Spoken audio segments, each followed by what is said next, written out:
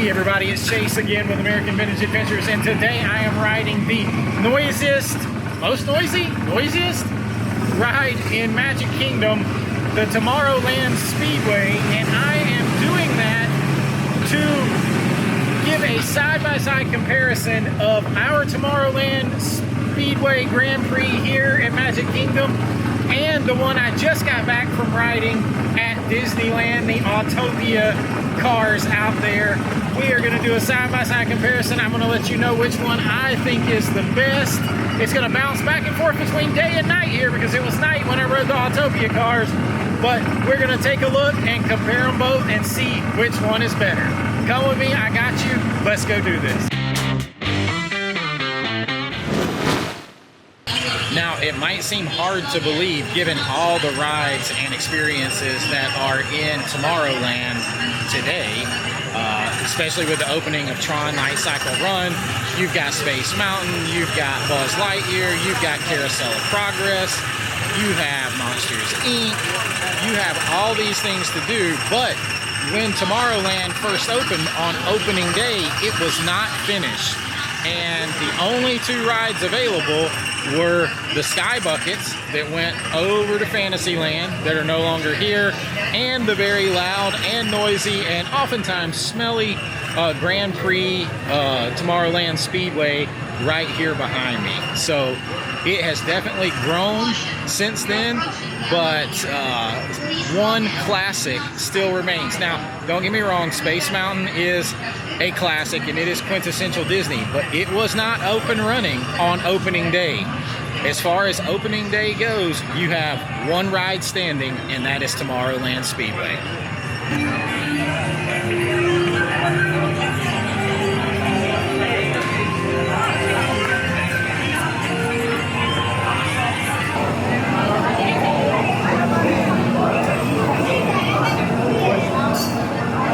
Standing and ready to ride.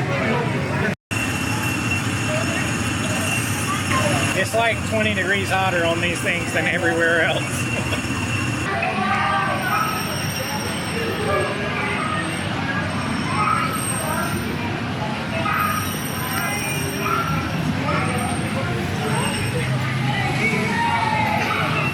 All right, it's time to go check out the OG, the original Autopia cars.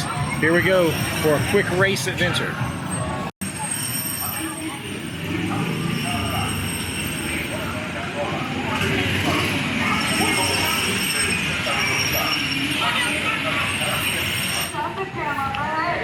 As we are able, we will continue sending our traffic into the attraction. If you are seated inside of a vehicle, please. All right, I have hired a driver for the Autopia car. Time to engage Lincoln Hawks mode again so my hat doesn't fly off, and we can go on this ride. Here we go.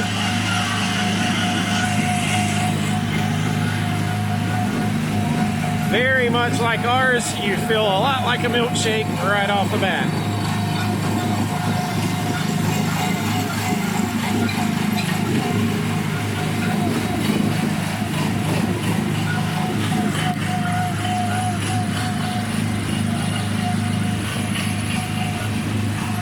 It is a much more scenic route on this Autopia than our Tomorrowland Speedway. I keep saying ours, but Disneyland doesn't feel like home the same way Walt Disney World does, because I've been going there my whole life so many times that I can't even begin to count. And so I keep saying it's ours. Disney World is our home park, so that's what I mean. But this one's very different. You're going up hills, down hills, under bridges, and it's a little bit faster. Maybe a little smoother too.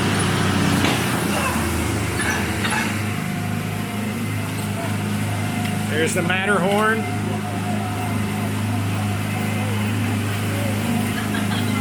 We're gonna go through Fantasyland, it looks like. Oh. I don't know how much you'll see because it's dark, but this path is pretty cool. It's almost like off-roading. There's rocks and trees and stuff on each side. It looks like you're going right into them.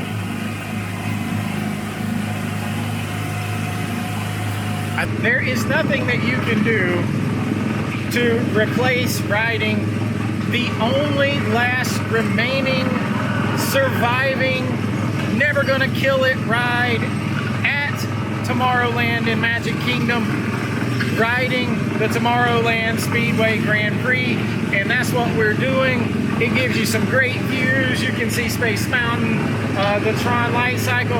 It is loud, it is bumpy. You will feel like a milkshake when you're done, but it's a lot of fun.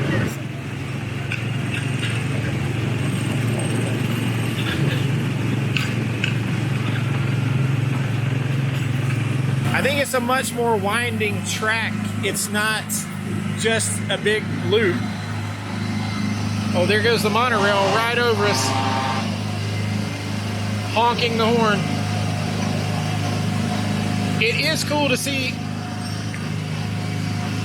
the monorail going through the park. Is very cool, going through the Matterhorn. But when it drops you off, if you've never been here before, like I mentioned earlier, you're in the middle of the park and you have no idea where you're going.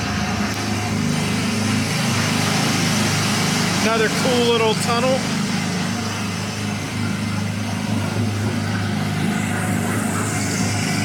There goes the monorail again on that side. Oh, check it out. We got space campers over here.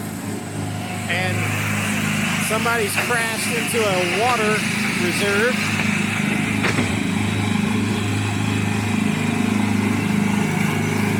These seem to be a lot easier to steer than the ones at Disney World. There are way less people bouncing all over the place.